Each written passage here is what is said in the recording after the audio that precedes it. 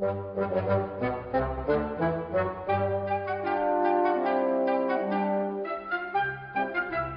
nos jours, chaque fin de semaine, en France comme partout dans le monde, le sujet humain ordinaire envahit les parcs et les jardins pour jouer, pédaler, courir, en bref pour se maintenir en forme.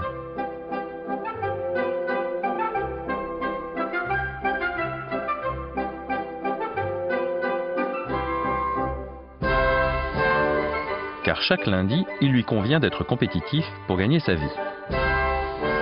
Mais tandis que la plupart travaillent, quelques passionnés continuent à s'adonner à leur passe-temps favori inlassablement, les sportifs de haut niveau.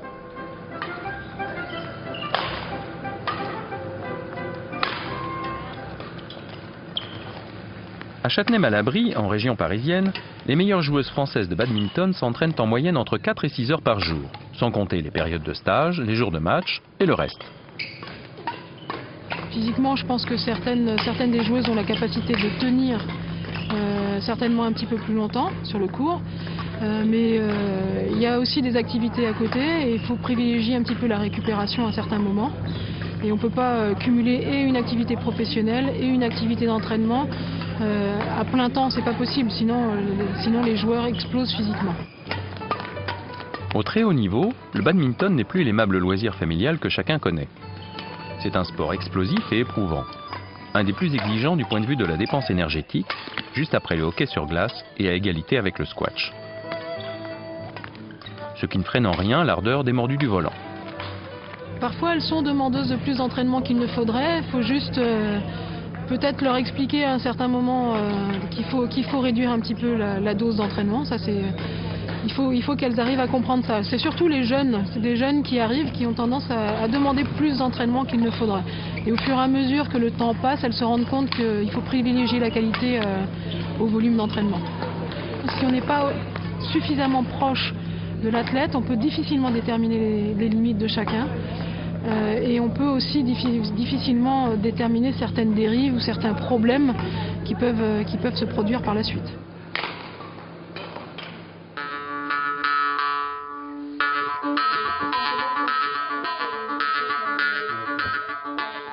Amateur de course à pied et de badminton, Philippe Levanne exerce depuis 20 ans les fonctions de médecin auprès de l'élite sportive française.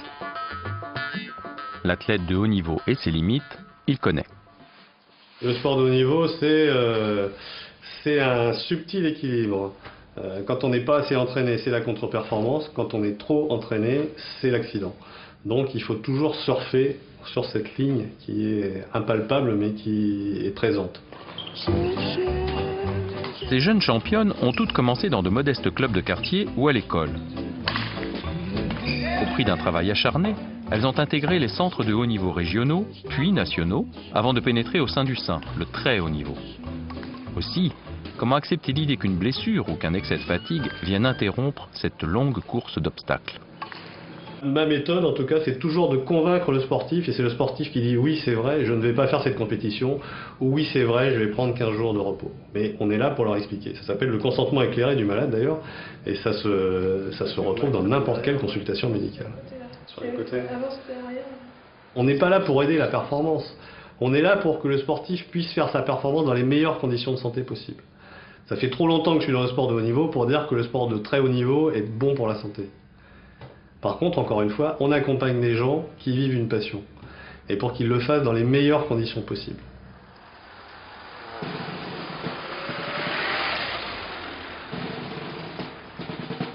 À l'INSEP, pouponnière de l'élite du sport français, tout est fait pour qu'au moindre incident, les athlètes puissent soigner leurs précieux instruments de travail, leur propre corps.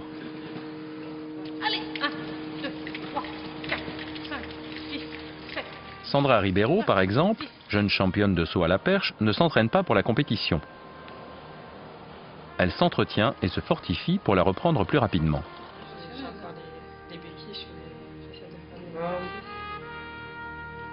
Victime d'une tendinite de fatigue du talon d'Achille, elle a choisi de se faire opérer pour ne pas avoir à s'arrêter trop longtemps.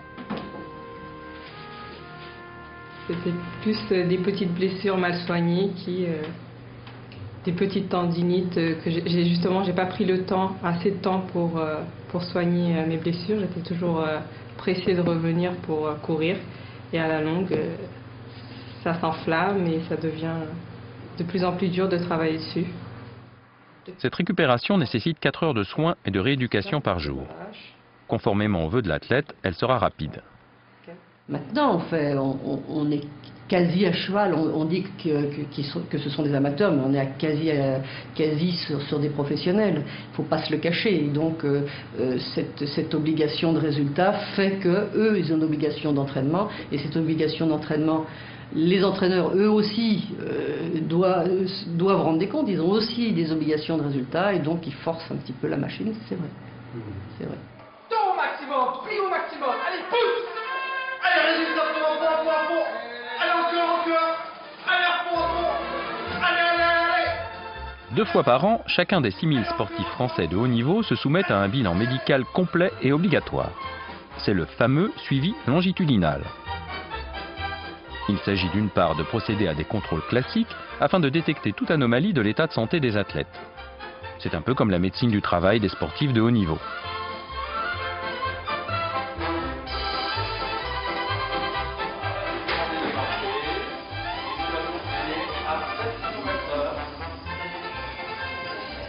Mais d'autre part, toute une batterie d'investigations spécifiques et approfondies, comme des épreuves d'effort ou des tests isocinétiques, permettent aux médecins de tester scientifiquement les limites physiologiques de chacun, afin d'apporter aux athlètes et à leurs entraîneurs de précieuses informations sur leur capacité du moment.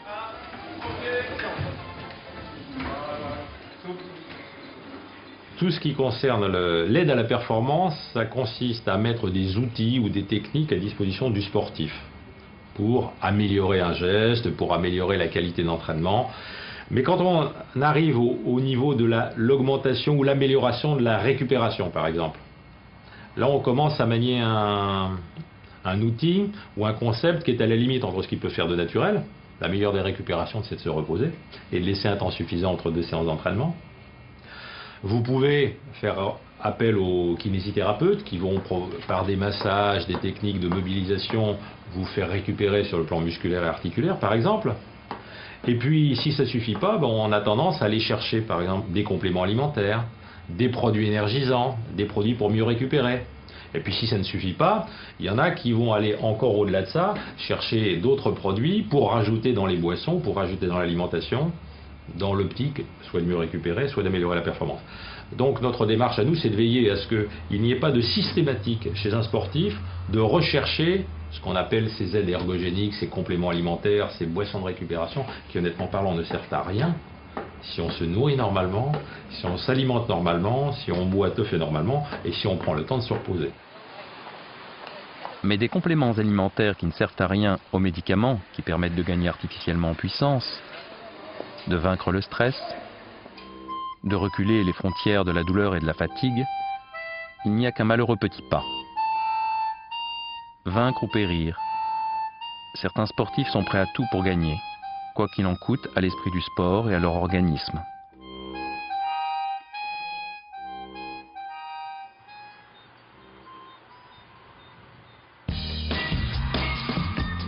Situé lui aussi sur le campus de Châtenay-Malabry, le laboratoire national de dépistage du dopage analyse près de 1000 échantillons par an. Des anabolisants aux stimulants du système nerveux central, des bêta-bloquants aux bronchodilatateurs en passant par les corticoïdes et divers stupéfiants, 250 substances sont passées ici au crible de la biochimie et de la biologie.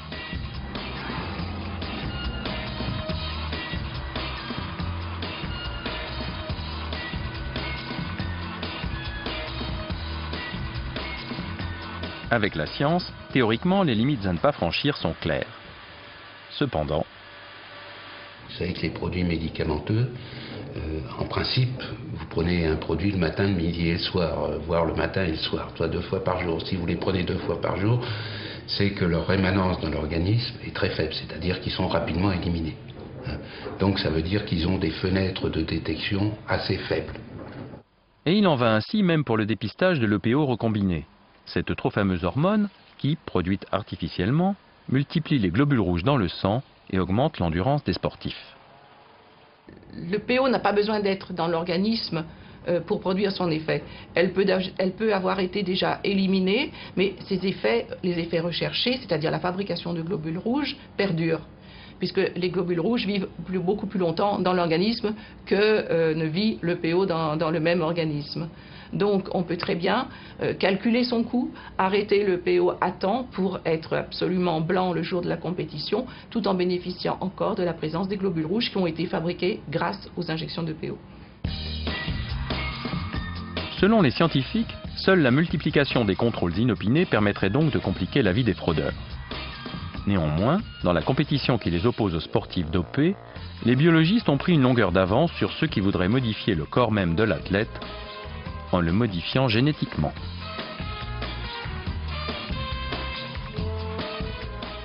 En ce qui concerne le dopage génétique, le principe serait d'introduire le gène de l'EPO humaine, pour reprendre l'exemple de l'EPO, dans des cellules qui normalement ne fabriquent pas de l'EPO.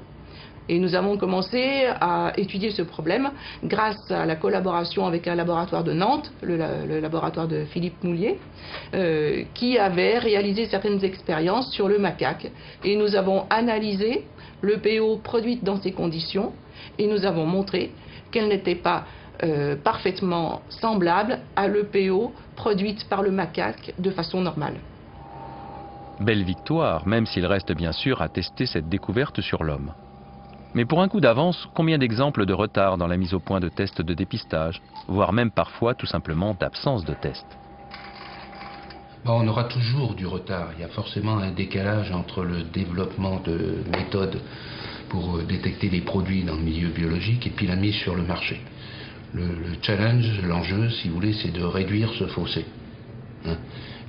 Et que ça se fasse pratiquement dans la foulée dès qu'il y a un détournement de substances, la détection puisse être mise dans la foulée. Ce n'est donc pas la science qui empêchera ceux qui veulent tricher de franchir les limites.